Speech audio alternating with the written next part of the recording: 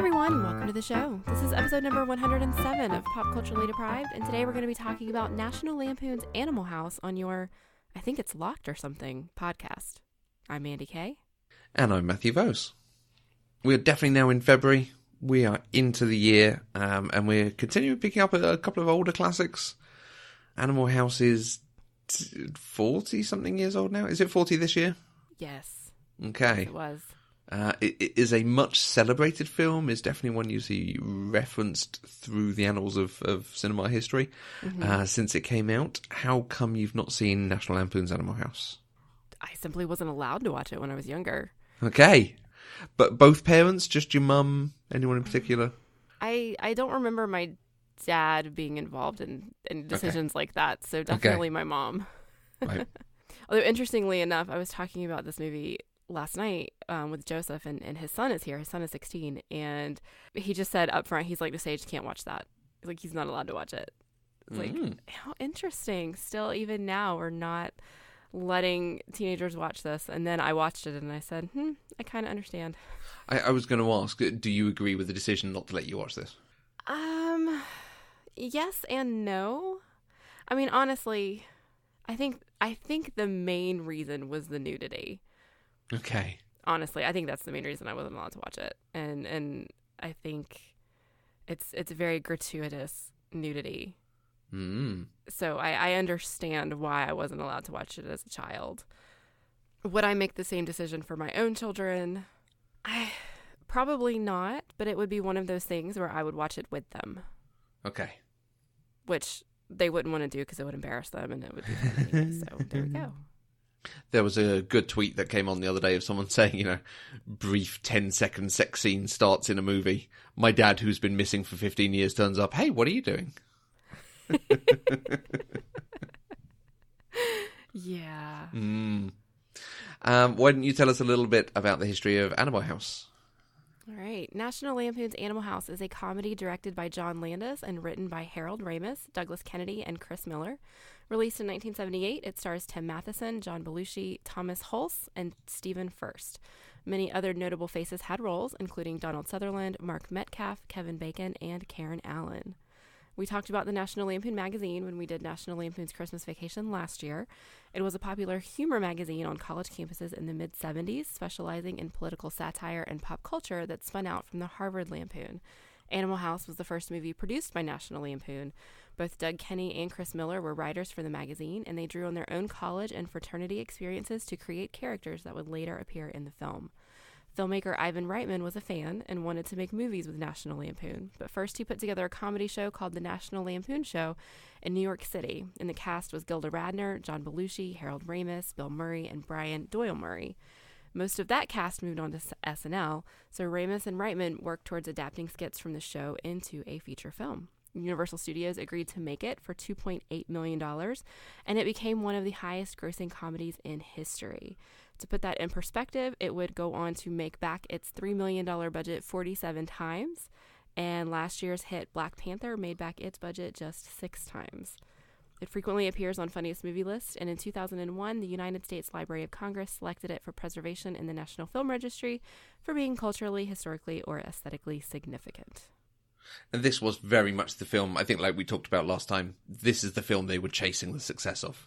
Oh, well, we could do this again and again and again and again. Mm-hmm.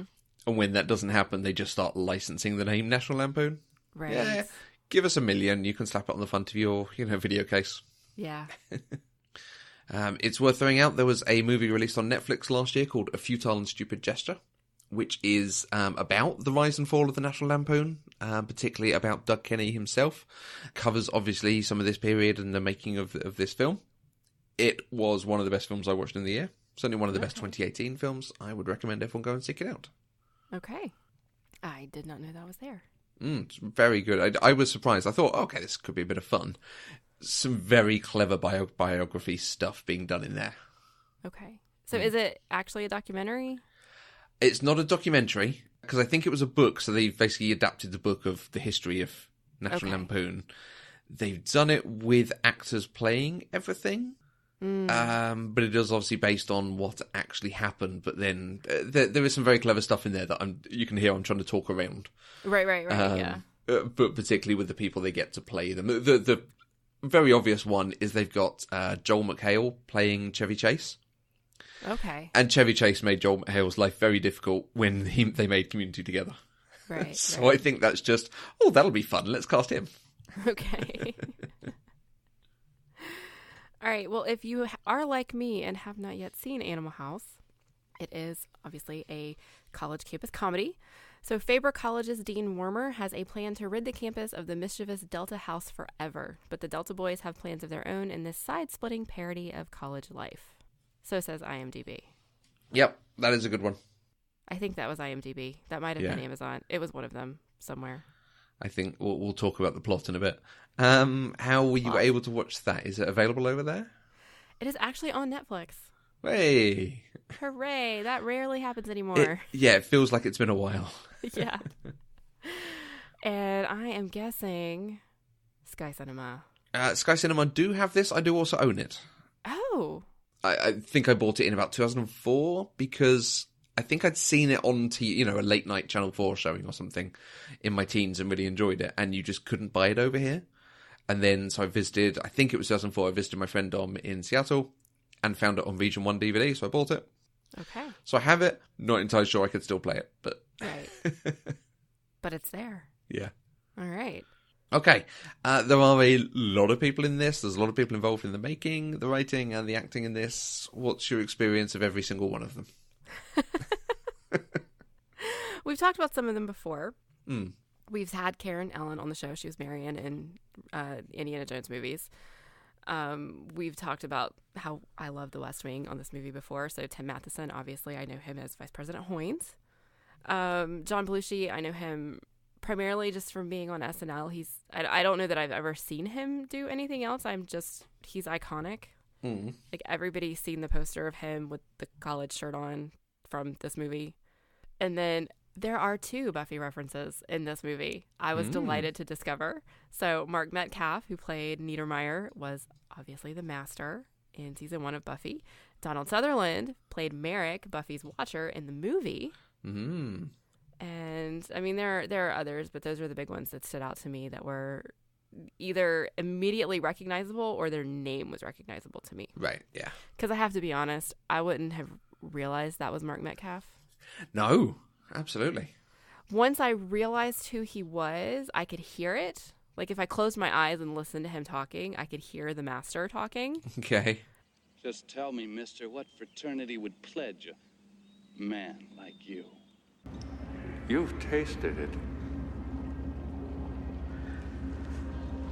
I'm your faithful dog. You bring me scraps. But I would never have known if I hadn't seen his name in the opening credits or been spoiled on Twitter. Thanks, Garrett, that he was in it. Then I wouldn't have known. Right, okay. A couple that I want to point out. We had Thomas Hulse in this. Who yes. We've previously seen in Hunchback, and I keep mentioning he's also in... Amadeus. I completely forgot the name there. Thank you very much. And he was in Parenthood, which we talked about. And he absolutely was. We had Peter Reigertz, who was the butler in Oscar. Yes. Also directed by John Landis. Mm-hmm. I think actually we've not mentioned John Landis there. I don't think you've seen much of his stuff. Because certainly his big ones, Blues Brothers, An American Werewolf, Trading Places, Muppets Take Manhattan. He wrote Clue or produced Clue. Yeah, I know we've talked about him before, but I don't really remember much about it. So that just leads me to believe that I'm not really well-versed in him. Yeah. Right, he's got a few films that I think we will pick up at some point. Like I say, Blues Brothers, Trading Places, and Three Amigos are the ones that stand out to me. Okay. Yeah. I mean, I'm not seeing much here on the list that I have seen, obviously. Okay, yeah. So it's also worth pointing out Doug Kenny, who obviously wrote and founded the National Lampoon. He was one of the frat boys himself. yes. He was Stork, I think it was. Uh-huh. He has one, maybe 2 lines. The one in the yellow sweater with the glasses and the really weird hair. Yeah. Yep. He also wrote Caddyshack, which I have not seen. Yes, very funny guy. Okay. We sometimes find it hard to find similar material Not in this case. There's This so is the archetype for a lot of modern films and films throughout the 80s and 90s particularly. What's your experience of the college campus comedy? Well, my first thought watching it was this is basically the American Pie from the 70s. Like, American Pie was my Animal House, Right. if that makes sense. And then, every other college movie, frat, TV show out there. So there was a show called Greek on ABC Family Channel that I loved, and I watched all of it.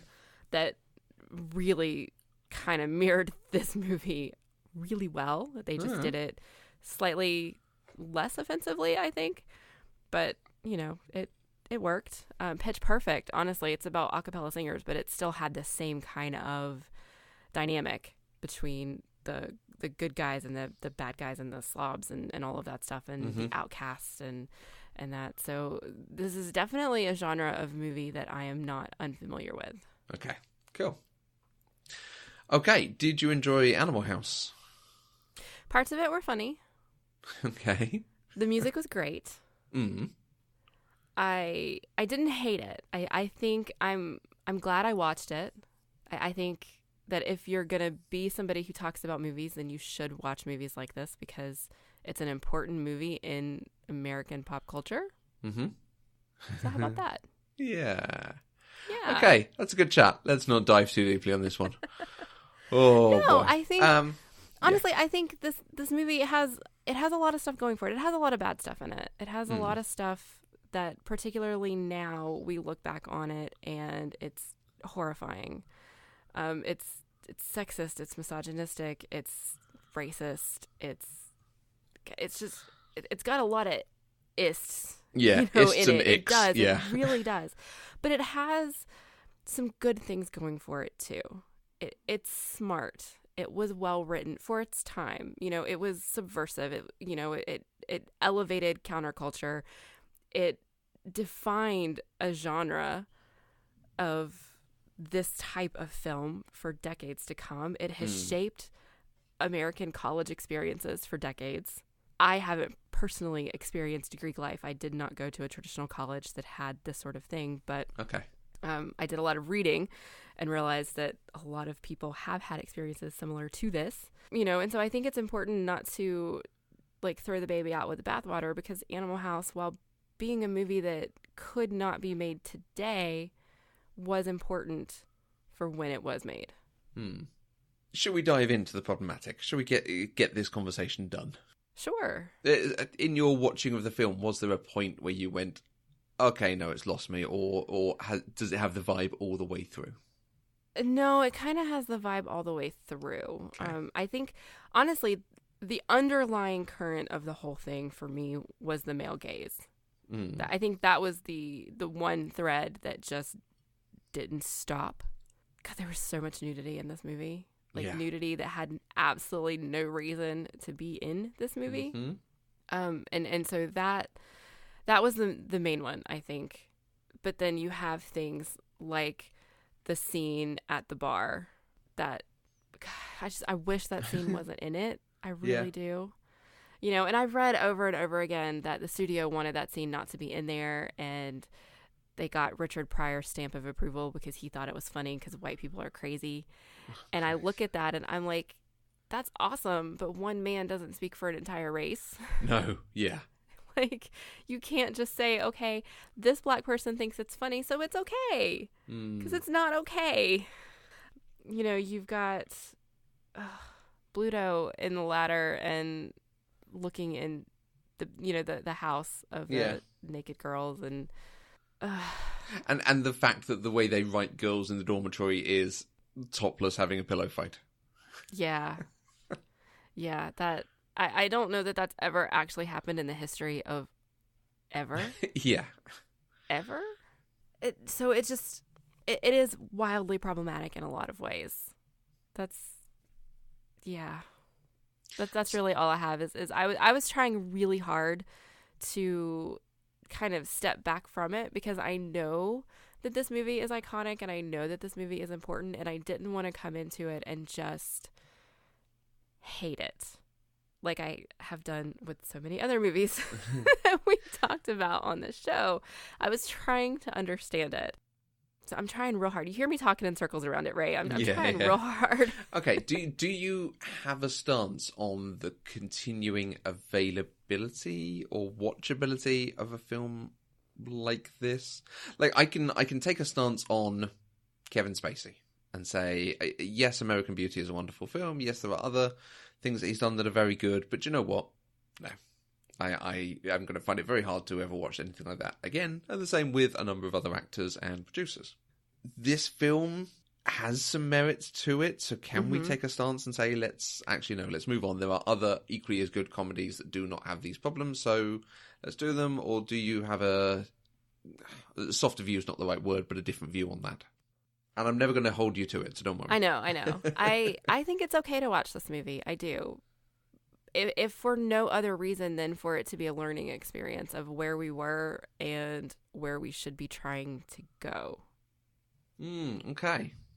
And yeah, that is a nice differentiator. This can spark a conversation of, okay, look how problematic attitudes were, in the same way we do with problematic movies about race from the 40s and, well, you know, the 50s and 60s and 70s, but, you know. Right. Well, because this movie didn't set out to be problematic. It set out to be like shock and awe. It set out to be subversive, but it didn't set out to promote sexual assault. It didn't set out to promote racism. It set out to make people laugh and to think differently about what may be happening. I mean, because this movie came out in 1978, but it's set in 1961. I think, right? And so it's set in that time period of American history where we're moving from one way of thinking into another way of thinking. It's very much set during a transitional period of time. And I think it's trying to say something about that. Now, I didn't live then, so I don't entirely understand it, but I can see that they were trying really hard to do something other than be blatantly problematic. Okay. And so I think I'm trying to give them credit for that, even though in 2018, I can look back on that and say, that's really terrible, and I can't believe that people really did things like that. But the fact of the matter is, people really did do things like that, you know? Yeah, and you calling out that the male gaze is the first thing that really permeates the film is a great way to look at it. This is utterly written from the experience of the white privileged kids who went to college in a fraternity and hit on every woman they could. Yeah. And looked at women with absolute impunity. And there was nothing in this film necessarily for anyone outside of that. There's Right. potentially nothing for women, potentially nothing for people who either don't have the white privilege, don't have the same colour as these people, the same religion as these people. And they even make jokes about that at times. So maybe it's okay to make films for your people, in inverted commas. Yeah. But at the same time, if we're showing this to even privileged white guys, you should have the conversation of, yeah, isn't this abhorrent? We can laugh because it's ridiculous and wouldn't happen. Or shouldn't happen. Yeah. Yeah. Okay. I think I read a review today where someone said that basically this movie was told from the perspective of a like white middle school boy. Right, yeah. Yeah. And, I mean, I feel like that's pretty spot on. Which is why, yeah, I think remembering watching it as a teen and going, oh, yes, this is really funny. And then you come to it later and you're like, oh, yeah, no. Okay. Well, it's like I used to love American Pie. I did. I saw that in the movie theater when I was a senior in high school, and I thought it was hysterical. Right. And now, like, if I watched it now, I would just be, like, cringing. Yeah, whole I haven't time. seen Like, it in a very long time. I'm not sure how well it's held up or not. Why did I ever think that would be funny? I don't Yeah. know. Oh, no, the reverse from Alison Hannigan at the end of it is spectacular. That is genuinely funny. Yeah, so it does have some good things.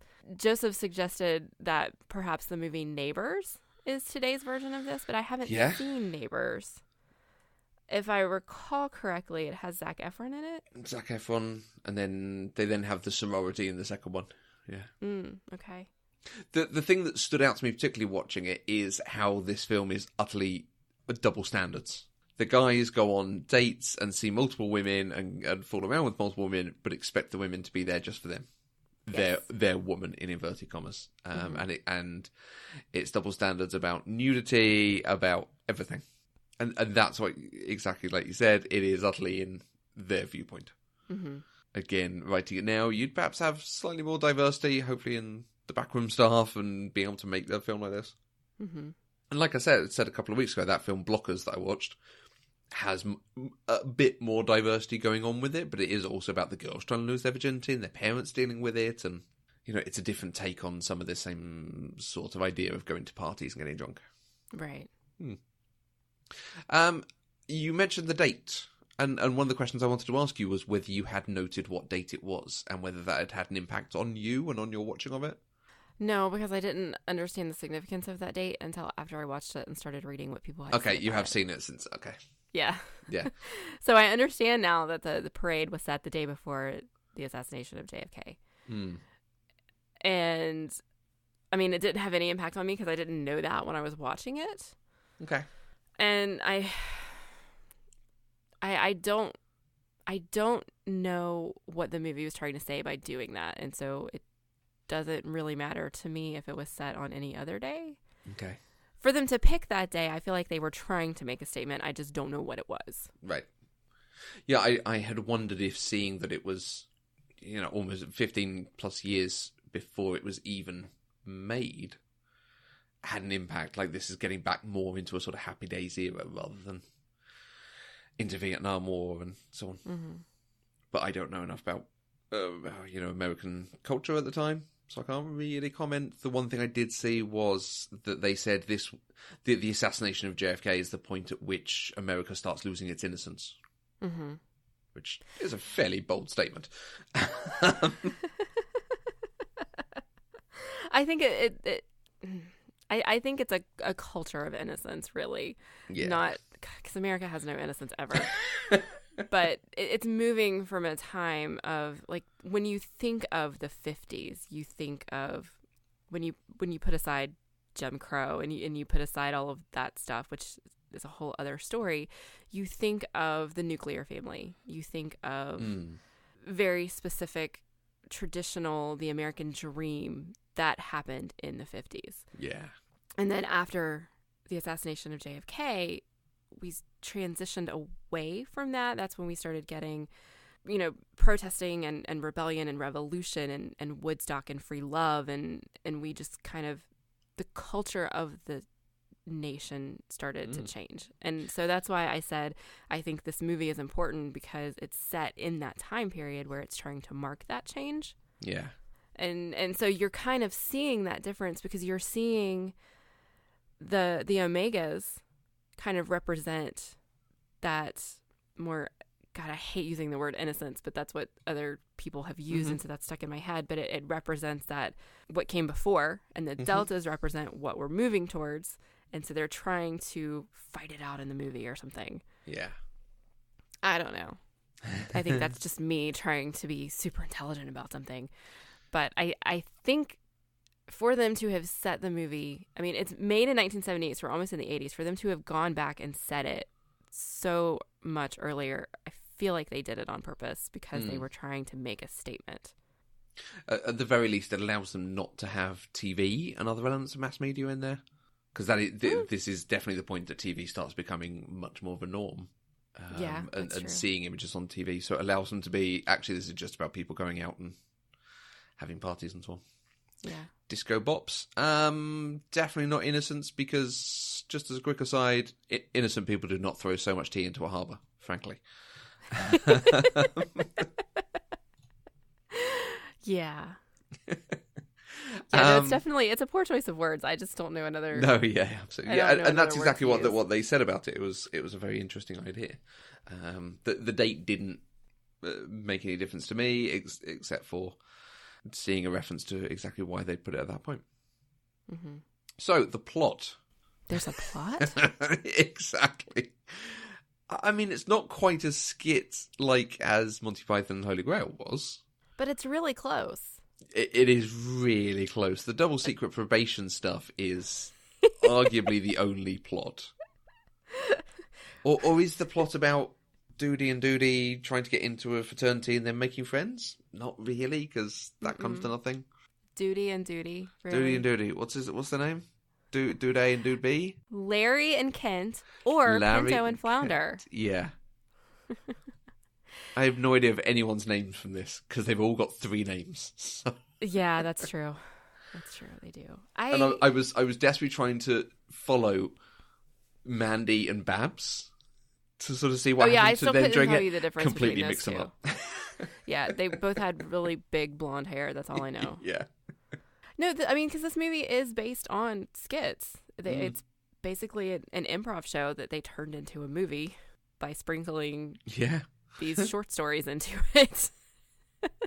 And the way it ended, it reminded me so much of the way Monty Python ended. It didn't infuriate me as much here as it did with Monty Python. And I think it's interesting because, again, I think the word that we used, that somebody brought up with Monty Python, they speculated that I didn't like Monty Python because it was absurd. Okay. And at the time, I thought that's probably spot on. Animal House is undoubtedly absurd. Oh. But it didn't invoke the same confusion and rage that Monty Python did. And I don't know why. I don't know the difference. Even the end, my initial reaction at the end was, seriously, this is how they're ending it? And then I thought about it, and I was like, oh, okay, that works. And I don't know why it worked here. I suspect it's because we did get some sense of closure because they did the whole captions, this character did this, and this character did this, and this character did this, so it wasn't completely open-ended. That's my only speculation. I think I'm the reverse of you, I'm afraid. I like Monty Python because it's at least a bit clever. I mean, they're both exactly the same. They do not have an ending for their film. They do not know how to finish this series of skits. Mm-hmm. Monty Python at least goes to a slightly meta place. Right. With like, oh no, it's a movie, and now we're going to shut down the movie, so the film has to end. Yeah. This is just, we don't have an ending.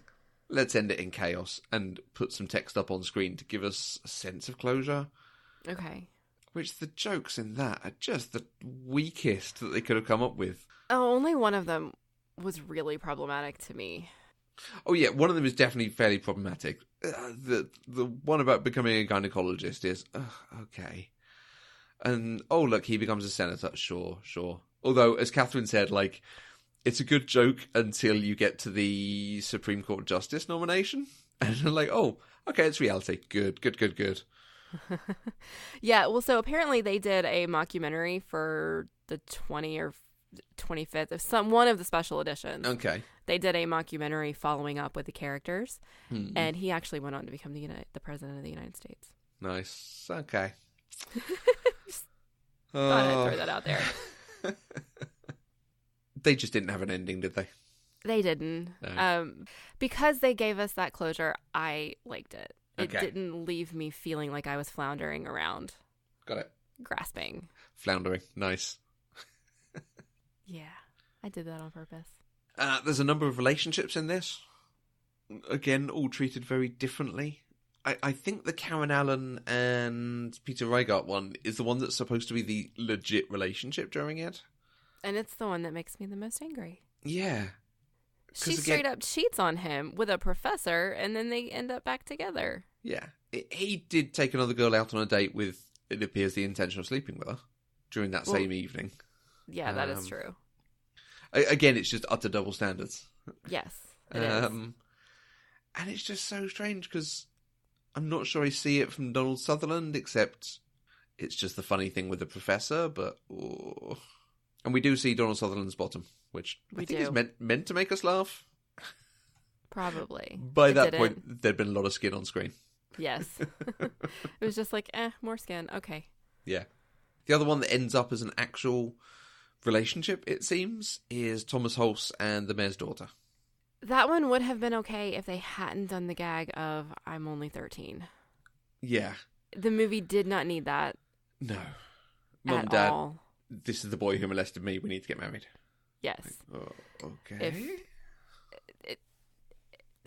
Yeah, it still would have been funny without that. I think.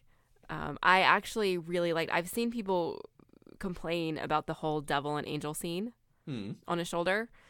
I actually appreciated that scene. Okay. Because he made the right choice. And I think it's in reality, there are people who would have that split-second thought of, well, she came here to do this thing, so we should do this thing. Wait, no. That's wrong. I'm not going to do that. And so I appreciate that they actually went through the motions of getting to the right decision there. Even though it should be an automatic, no, we're not going to do that. We clearly know in this day and age, for a lot of people, that's not an automatic. And so for seeing in 1978, they took the time to take you there. Yeah, it puts me in mind of what you said during Hunchback about how, yes, the film is trying to show us that every man lusts after Esmeralda, but they never have anything in confrontation to that to say, no, this isn't a good thing. You shouldn't be lusting after him in this way or treating him in that way. At least in this, you're right. They do exactly that thing. They say, no, you shouldn't do it. Right. And he doesn't do it. He doesn't cave to the pressure. And you don't need the homophobic slander at the end of it. But again, even under the pressure that we see him under, he doesn't do it. Right. +1 for the film. So what is that, like negative 205 million? Yeah, something. Somewhere like that, yeah.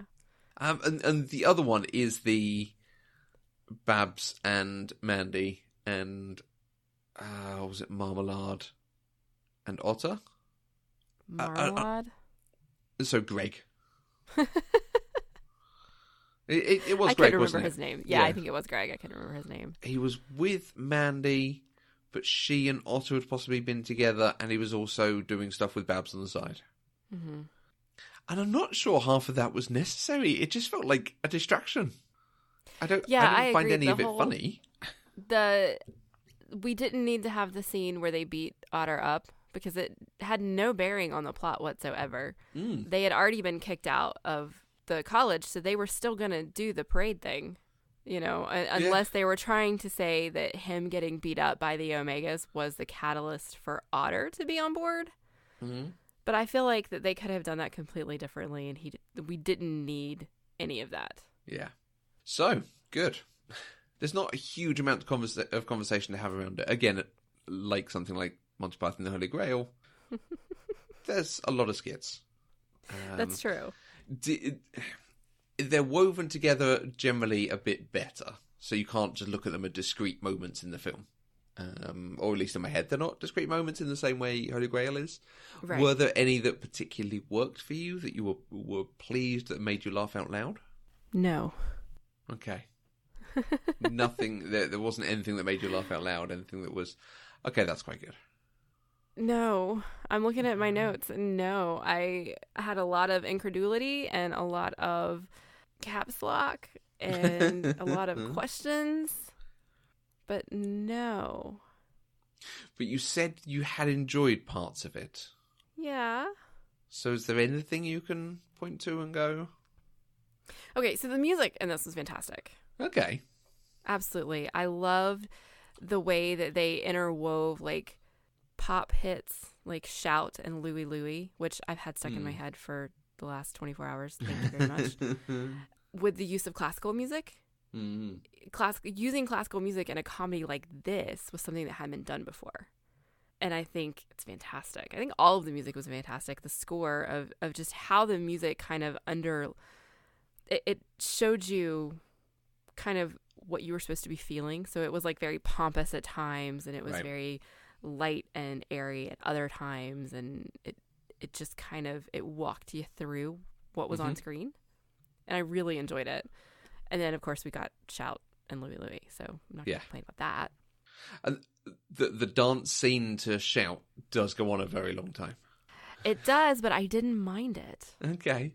I really didn't mind it at all because I like the song. Okay, got it. I think there were a couple of good lines. Mm-hmm. And actually, they were both John Belushi's lines. He had very few lines in this movie. He's very much a physical comedy kind of guy. But after he gets expelled, he says something like 7 years of college down the drain. Yeah. It's funny. It's humorous. Tells you everything about it. And then, when he's trying to, give everybody that pep talk, and he's like, it's not over till it's over. Was it over when the Germans bombed Pearl Harbor? I was just like, wait, what? Yeah, possibly the most subtle joke of the film. It's funny. But I also like that they called attention to it, because the guys he was talking to obviously knew that he was wrong. Yeah. They didn't make it the gag where everybody was like, no. They were like, just go with it. So that was nice. Yeah. And I think, that's really about it. As far as lines, I think overall it was entertaining. Okay. But it wasn't, I can't pull out specific, like you said, skits or scenes that were really, really good, because it was just all woven together so much. I think probably my least favorite was Otter pretending to be some dead girl's fiance to get a date. Yeah. Because it takes a while to get to where they're going on that idea. There is a long period there where you're just watching going, I think he's making this up to try and get a date out of it, but they're not giving a punchline yet. Right. But then the punchline ended up being the racist jokes in the bar. So it was all... And there were ways of doing that. In the same way, there were ways of doing exactly the bit you had with the Devil and the Angel. There's ways of doing a bunch of white college kids go to a bar that is pretty much black people only. And having it, the joke is their privilege makes them absolutely not understand that this is not a place they should go, or they're not welcome there, or they're changing the vibe of the situation. Well, see, and I thought that was the direction they were going to go. But that is not where they went. No. The vibe is, oh yeah, because all these people are scary and going to kill you. Right. Shame. There was one line that I particularly enjoyed. And I don't know why, but when he's reading them out their GPAs, and he says to one of them, fat, drunk and stupid is no way to go through life, son. And there is just something of, oh, but he's going to give it a go. Yeah. Speaking of their GPAs, I have no idea how one could get a 0.2 GPA. Is that you got an D on one bit of coursework? Maybe. All Fs and one D? Yeah. That just, wow. I feel like some of the best lines in general were the principal? The dean. Dean, head of the college. Yeah. Just, he was so straight with it, but they gave him a lot of tomfoolery. The foot is going to come down and that foot is me. Double secret probation. Exactly. That is called double secret probation. Is excellent.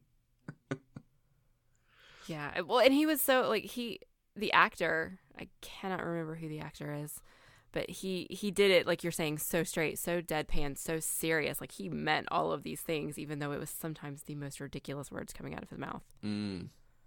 It's pretty great. Yeah. I've had to try to reconcile this, because I do enjoy John Belushi up the ladder, bouncing his way along the house. The whole thing, the reason for being up the ladder, the ridiculousness of what's going on, and then the watching the girl in the absolute every bit of lingerie she could wear is not good. Right. But at the same time, the fact that he's on this ladder and decides to move to the other window, and rather than getting down and moving the ladder, he jumps the ladder along the house. Right. It's the sort of thing I'd expect from a Buster Keaton film. It's that kind of visual, physical comedy. It's just a shame it's not done in such a way of oh, he's cleaning the house and he wants to get across very quickly. Right. They did at least sort of punish him for what he did by having him fall. Yeah. I think. I mean, it's obviously not enough and everything, but the joke kind of ended up being on him there. He was the punchline. I'm reaching. I understand I'm reaching. And the skit that I do enjoy particularly is when they're trying to take revenge on some of the people partway through, and they take the horse and they put the horse in the dean's office, and they give Flounder. Yeah, they give Flounder the gun, but they put blanks in it. And what I was expecting is the old gag of he fires the gun, it doesn't work, so he beats the horse to death with the handle of the gun or something. There was an old gag along those lines. Okay. I was kind of expecting that. But to have that he does wimp out of it, he tries to fire it in the air, like a good honourable man. And then not only does the horse have a heart attack and fall over and die, but you get this shot of a scared, excited horse freeze frame for just a second or two, and then he goes down. Yeah. It's very well done. And then you see, is it D-Day and Bluto, D-Day and someone? They just realise, oh, we've gone too far. Oh dear. Yeah. They're like, oh my god, it was supposed to be blanks. What happened? Yeah. Yeah. I did laugh at that. I really did. Yeah, I do like that one. You know, I mean, there were other lines that I laughed at. The I think it's locked or something gag when he was trying to get her bra off. Mm-hmm. You know, I mean, the situation is not super funny, but I mean, it's funny. Yeah. Actually, You know? that was quite funny because they went on so long with it. Uh-huh. Just the constant, like, he has no idea what he's doing. Right. Yeah. Yep. I did have, so while we were watching this at the very beginning, in the ROTC scene where Niedermeyer is just yelling at Flounder, where he's like, is that a pledge pin on your uniform? Blah, blah, blah, blah. Redo those buttons. Dress that belt buckle. Straighten that cap. And God damn it, tuck up those pajamas. Attention! Out front! What's that on your chest, mister? It's a pledge pin, sir. A pledge pin on your uniform! Joseph made me stop it. And he said, I know that's the guy from Twisted Sister. I was like, what are you talking about? I was like, no, it's not. I said, I'm pretty sure that's Mark Metcalf. And he's like, no. And so he looks it up and he pulls up the Twisted Sister music video for We're Not Gonna Take It. Yep.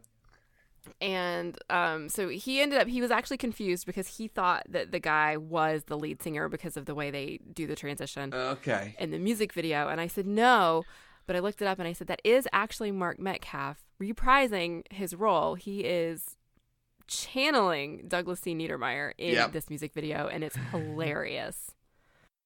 You are a disgusting slob! Stand up straight! Tuck in that shirt, adjust that belt buckle, tie those shoes. Twisted Sister. What is that? Wipe that smile off your face. Do you understand? What is that? A Twisted Sister pin on your uniform? What kind of a man are you? You're worthless and weak. I thought that was pretty fantastic. Yeah, it's very good.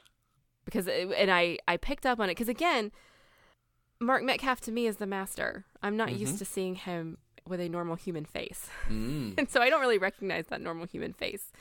But I could hear it whenever he started yelling at the kid in the music video, is that a Twisted Sister pin? And I was like, oh my God, he just said that in the movie. And so I was able to bring it all together. Yeah, because thinking Buffy, we never get the Master's history, do we? We never see him in human form. Correct. Even when he comes to Darla, he is already changed. Yes. Okay. Yep. So just coming out of this, I think there is one film I would recommend. Again, I've not seen it in a while, so I'm not totally sure it will hold up. But Old School. Luke Wilson, Will Ferrell, Vince Vaughn. Okay. Has a lot of the same plot at times, particularly the whole double secret probation thing. But Old School was a film that I think I might have mentioned before reinvigorated my joy of going to the cinema after a run of very, very bad films. So I do particularly enjoy it. I don't know how it holds up. I don't think I've seen it. I think I've seen clips. Okay. But I don't think I ever actually watched it because you said Will Ferrell's in it? Mm-hmm. And I had that run of time where I hated Will Ferrell, so probably didn't watch it. Yeah. I mean, yeah, his sequence you could basically excise from the film and it's a better film for it. Oh, wait, is this the one where he plays that really weird guy in, like, the silk robe? No, that is Wedding Crashers. Oh, okay. Yeah, then I don't know what Old School is then. Wedding Crashers is worth watching just for Isla Fisher. He is amazing in that. Okay. It also, I think this was the first film outing for Ellen Pompeo. Oh, okay. She Yeah, has a no, small I've role. definitely not seen it then. Okay. That might be one to consider. Yeah, maybe. I hope so. Or at the very least, I can just watch it to watch it. Yeah. Is it Pompeo? Pompeo? Pompeo. Okay. You were right. Okay. I took a stab at it. Good job. Mm. All right. Well, if you would like to join the conversation, you can use the hashtag PCDeprived on Twitter. You can find us on Twitter, Facebook, and Instagram at Eloquent Gushing. You can send us an email at podcast@eloquentgushing.com, or you can leave us a voice message at speakpipe.com/eloquentgushing. You can find us both on Twitter. I'm at Mandy K. And I'm at Matthew Vose. Pop Culturally Deprived is completely funded by our wonderful listeners through Patreon. Anything you can give gives access to exclusive content and helps to support the network and to develop new shows. To find out more, you can visit patreon.com/eloquentgushing. And don't forget to check out all the other shows and blogs and videos and things available on our homepage, eloquentgushing.com. And we'll be back next week with another episode of Pop Culturally Deprived, where we'll talk about Star Trek IV, The Voyage Home, with Sue from the Women at Warp podcast. Until next time, I'm Mandy K. And thank you, sir. May I have another? We didn't talk about Kevin Bacon at all. We didn't, did we? He is not a part of this film, though. No. Pop Culturally Deprived is an Eloquent Gushing production. For more information, please visit eloquentgushing.com.